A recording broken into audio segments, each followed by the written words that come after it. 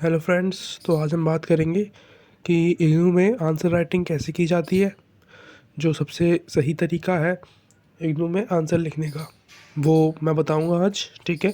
जिससे कि आपके मार्क्स डेफिनेटली इंक्रीज़ होंगे, ठीक है, अगर आप इस तरीके से लिखते हो तो स्टार्ट करते हैं आज का वीडियो। आप देख रहे होगे मैंने एक क्वेश्चन लिखा हुआ है, ठीक है।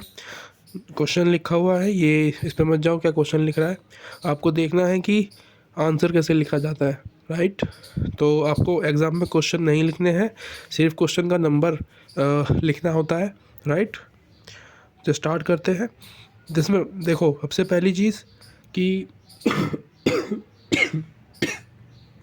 सॉरी, सबसे पहली चीज़ जो देखी जाएगी वो क्वेश्चन क्या पूछ रहा है, ठीक है। उसका आप एक इंट्रोडक्शन लिखेंगे उसके बारे में, ठीक है। सबसे पहली चीज़ इंट्रोडक्शन मैंने लिख दिया, लगभग 2 पैराग्राफ बना दिए मैंने इंट्रोडक्शन के, राइट। तो आपको पेजेस लिखने होते हैं, मतलब अराउंड 4 पेजेस आपको डेफिनेटली लिखने होते हैं पर क्वेश्चन में, ठीक है। बाकी आपको कितना याद आता है, मैक्सिमम आप 4.5 पेज लिख सकते हो, नो इशू, ठीक है। सेकंड बार में आएगा आपकी परिभाषा, ठीक है।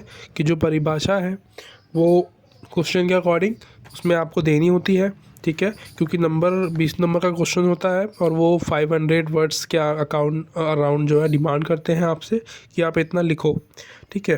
500 मतलब 5 पेज हो जाता है आराम से वहाँ पे। उसके बाद परिभाषा के बाद आता है नंबर।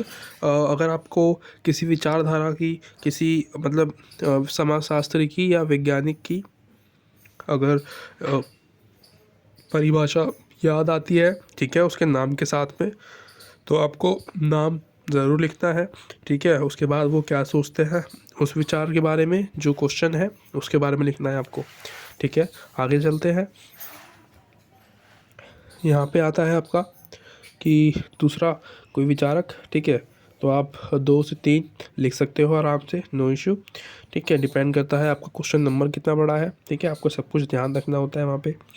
और ठीक है, तो कुछ तथ्य मैंने यहाँ पर लिख रखे हैं, ये लिख सकते हो आप।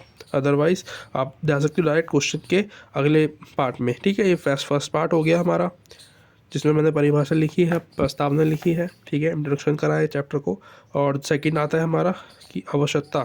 देखो क्वेश्चन में भी लिखा हुआ था यहाँ पे कि विद्यालय मनोविज्ञान को परिभाषित कीजिए, ठीक है। भारत में उसकी आवश्यकता क्यों होती है, ठीक है, क्यों है।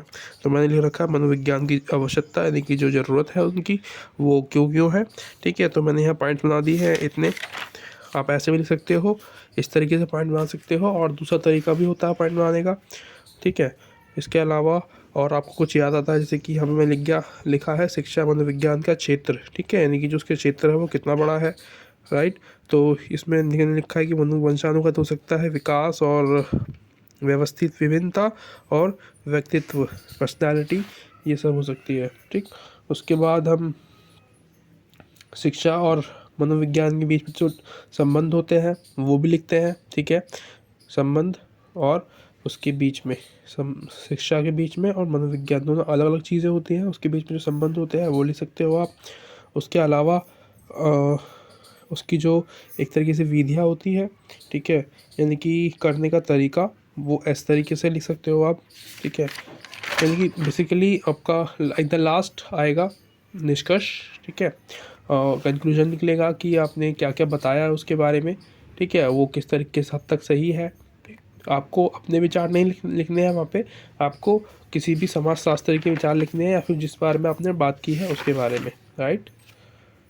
तो ये होता है हमारा क्वेश्चन आंसर का एक सेशन, ठीक है। Thank you so much for watching. Answer अच्छे लगे हों, तरीका अच्छा लगा हो तो लाइक सब्सक्राइब कर देना, ठीक है। कमेंट कर देना फीडबैक के लिए, जो भी आपको आने वाली वीडियो चाहिए। Thank you so much for watching.